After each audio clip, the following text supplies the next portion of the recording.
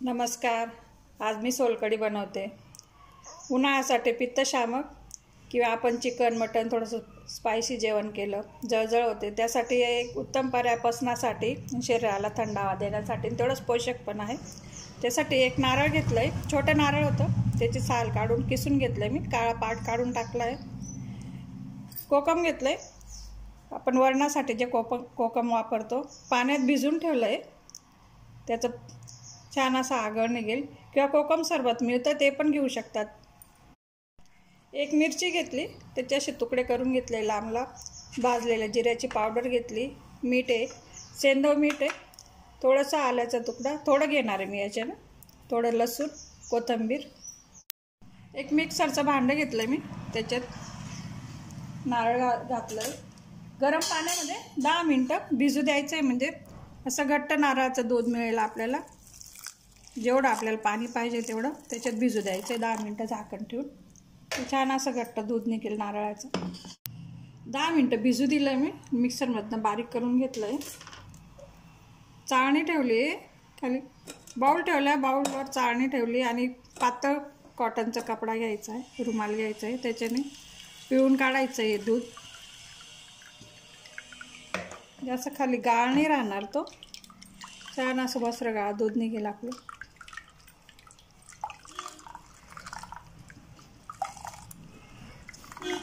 परत एकदा थोडं 1 कप पाणी घालून फिरवून घेणार आहे मिक्सरच्या भांड्यात. परत एक गाळून घ्यायचं, म्हणजे छान असं सगळं पुरेपूर आपल्याला नारळाचं दूध मिळेल.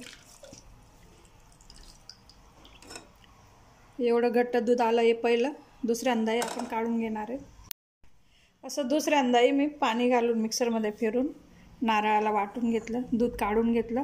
बघू शकता एवढा चोथा राहिला. हा चोथाही आपण हिरवे कोथिंबीरची चटणी बनवतो त्याच्यात टाकू शकतात. नाहीतरी चोथ्यामध्ये काही राहिलंच नाही आहे आता, पण चटणीमध्ये त्याचा वापर करू शकतो आपण. मी 10 ते 12 आमसुलं घेतले होते, पाण्यात भिजत घातले होते 1 तास आधी. वेळ नसेल तर तुम्ही गरम पण करू शकता. त्याचं छान असं काढून घ्यायचं आहे सगळं आगळ, कारण ते सुकं कोकममध्ये एवढा काही अर्क नसतो जास्त, त्याच्यामुळे मला जास्त घ्यावं लागलं. भाजलेल्या जिऱ्याची पावडर अर्धा चमचा, मीठ, थोडं मीठ, सेंधव मीठ अगदी अर्धा चमचापेक्षा कमी. मिरची असे लांब लांब तुकडे करून घेतले मी. तुम्ही वाटणातही टाकू शकता, पण जास्त स्ट्रॉंग फ्लेवर येतो आणि ठसका लावू शकतो तो सोलकढी पिताना. लसूण मी किसून घेणार आहे, लसूण किसून घेतला आहे मी.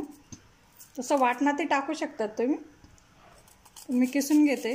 म्हणजे एकदा 10 मिनटापर्यंत आपण ढवळत राहायचं आहे, म्हणजे त्याचं पूर्ण अर्क, त्याचा फ्लेवर नारळाच्या दुधात उतरेल. असं वाटणात टाकला म्हणजे जास्त स्ट्रॉंग फ्लेवर येतो आणि ठसकाही लागतो लहान मुलांना.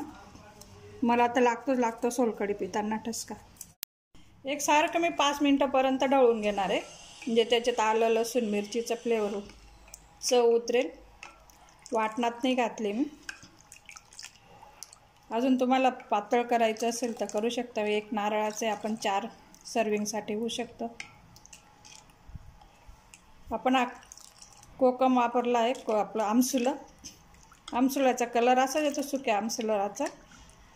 तुम्ही आमसूल सरबत येतं पॅकेटमध्ये पॅक, ते पण वापरू शकता. किंवा बाहेरचं रेस्टॉरंटमध्ये घेतलं तर ते गुलाबी कलर असतो, त्याच्यात कलर घातलेला असतो, आर्टिफिशियल कलर. 5 मिनटं मी एकसारखं ढवळून राहिले, पण याला परत गाळून घेऊ आपण. त्याच्यात मिरची, आलं, लसूण घातलं.